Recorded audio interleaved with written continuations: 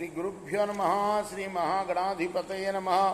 శ్రీ సరస్వత్యై నమ. భక్తులరా, వాల్మీకి మహర్షి రచించిన శ్రీమద్ రామాయణం యథాతథంగా చెప్పుకున్నాం. ప్రతి శ్లోకం దాని అర్థం.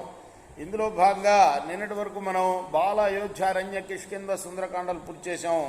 యుద్ధకాండలోని 33 సర్గలు పూర్తి చేసి 34వ సర్గలోని 10 శ్లోకాల వరకు చెప్పుకున్నాం. 11వ శ్లోకం కొనసాగిద్దాం. కొనసాగించే ముందు వాల్మీకి మహర్షిని ప్రార్థన చేసుకుందాం.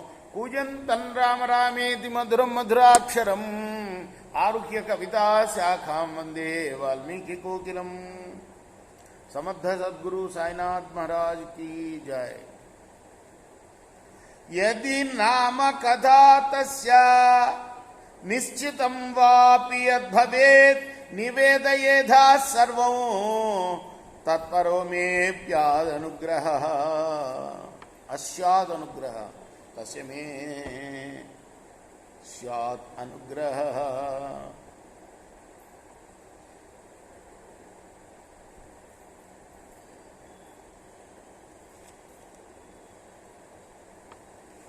ఆ రావణుడికి సంబంధించిన వృత్తాంతం ఏదైనా ఉంటే నువ్వు నాకు తెలిపితే నా మీద గొప్ప అనుగ్రహం చూపిందానివి అవుతావు అని సీతమ్మ శరమతో అన్నది.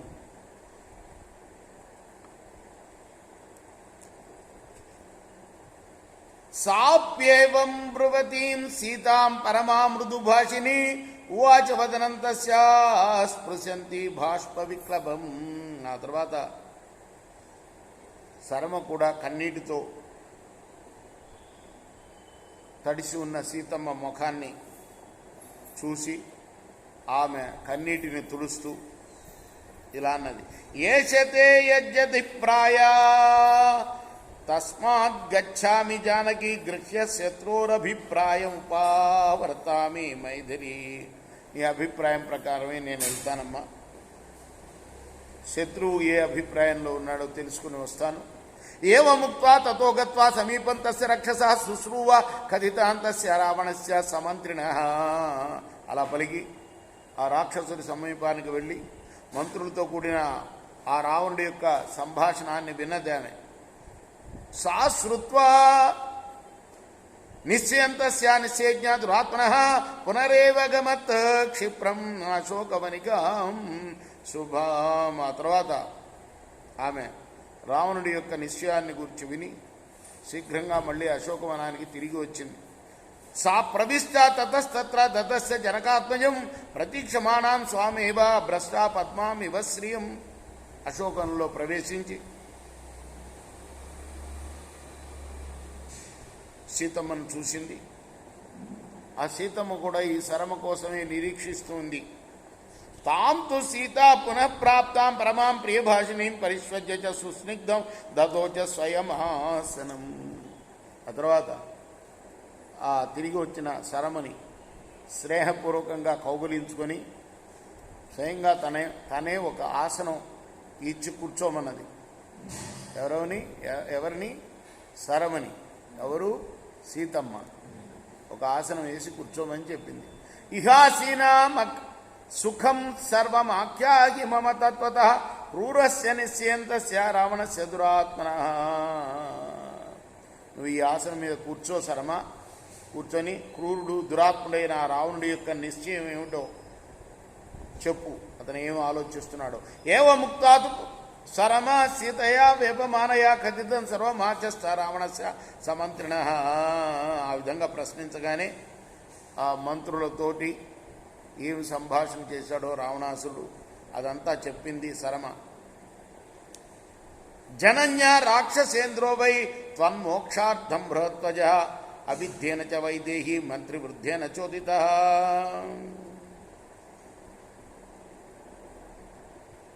అమ్మా, రావణుడి తల్లి అయిన కైకసి నిన్ను విడిచేయమని చెప్పిందమ్మా. అలానే వృద్ధుడైన అవిద్ధుడనేవాడు కూడా అలానే చెప్పారు. దీయతామభిసత్పృత్య ద్విజేంద్రేయ మైథిలీ నిదర్శనంతే పర్యాప్తం జనస్థానే ఏతద్భుతం. వాళ్ళిద్దరూ కూడా మానవులకు ప్రభు అయిన రాముడికి సత్కారపూర్వకంగా సీతను ఇవ్వమని చెప్పారు. జనస్థానంలో జరిగిన ఆశ్చర్యకరమైన విషయం రాముడు ఎంతటి వాడో తెలపడానికి నిదర్శనమని కూడా వాళ్ళు చెప్పారు. లంఘనం చ సముద్రస్య దర్శనం చ హనుమతః వధం చ రక్షసాం యుద్ధే కః కుర్మాన్ మానుషో భువి.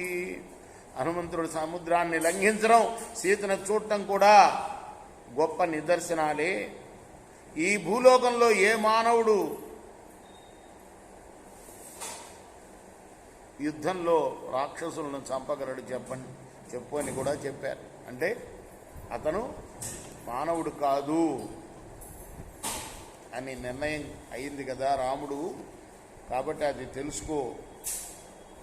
కానీ ఏ వంశమంత్రి వృద్ధయిశ్చ మాత్రాచ బహుబోధిత, తన తల్లి మంత్రులు ఈ విధంగా చెప్పినా కూడా నత్వాముత్సహతే మోక్తుమర్థమర్థపరో యథా, కానీ లోభి ఏ విధంగా ధనాన్ని విడవజాలడో అలానే రావణాసురుడు కూడా నీ యందు ఉన్న మనసును విడవలేకపోయాడమ్మా. నోత్సహమృతో మోక్తుం యుద్ధే త్వామితి మైథిలి సామాచ్యస్య నృశంసస్య నిశ్చయోకేష వర్తతే. అతడు సావకుండా మాత్రం నిన్ను విడిచేటట్టుగా లేడు. అంటే అక్కడ రావణుడు ఏం ఆలోచిస్తున్నాడు, తల్లి ఏం చెప్పింది, మంత్రులు ఏం చెప్పారు, అంతా చెప్తుందన్నమాట శరమ అక్కడికి వెళ్ళి వచ్చి.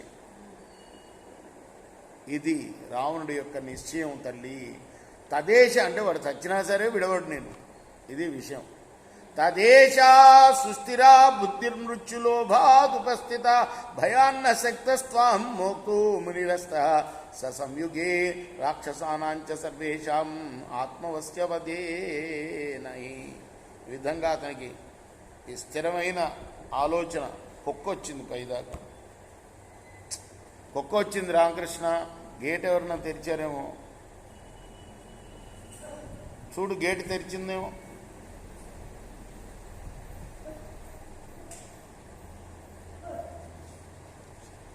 నిహత్య రావణం సంఖ్యే సర్వదా నిశితై శరై ప్రతినేష్యతి రామస్వాం అయోధ్యామసి తీక్షణ. ఇప్పుడు వెళ్ళింది కదా ఒక ఆమె, తెరిచి ఉంటుంది గేటు. ఓ సీత, రాముడు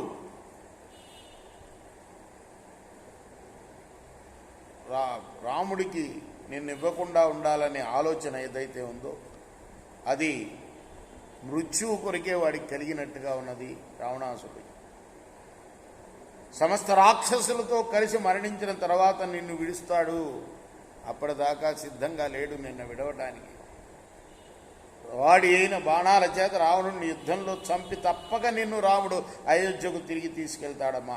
ఏతిస్మిన్నంతరే శబ్దో భేరీ శబ్ద సమాకుల శ్రుతోపై సర్వసైన్యానం కంపయన్ ధరణీతలం శ్రుత్వాతుతం వానర సైన్యాదం లంకాగత రాక్షస రాజపృత్య హతౌ జోసౌ దైవ్య పరీతి చేష్ట శ్రేయో న పశ్యంతి నృపస్య దోషాత్. ఇంతలో భూమిని కంపింపచేస్తూ సమస్త సైన్యాల ధ్వని వినిపించింది. ఆ వానర సేనా శబ్దం వినగానే లంకలో ఉన్న రావణుని పాలనలో ఉన్న ప్రజల యొక్క తేజస్సు నశించిపోయింది. దైన్యం చేత వాళ్ళ చేష్టలన్నీ కూడా కుంటుపడిపోయాయి. ఈ విధంగా రాజు చేసిన అపరాధానికి ఫలితంగా వాళ్ళు శ్రేయస్సును కోల్పోయారు. ఈ చార్షే శ్రీమద్ రామాయణే ఆదికావ్యే యుద్ధకాండే చతుస్త్రింశ సర్గ. ఇది వాల్మీకి మహర్షి రచించిన శ్రీమద్ రామాయణంలోని యుద్ధకాండలోని 34వ సర్గ. రేపు మనం 35వ సర్గని చెప్పుకుందాం. కృష్ణార్పణమస్తు. సాయి కృష్ణార్పణమస్తు.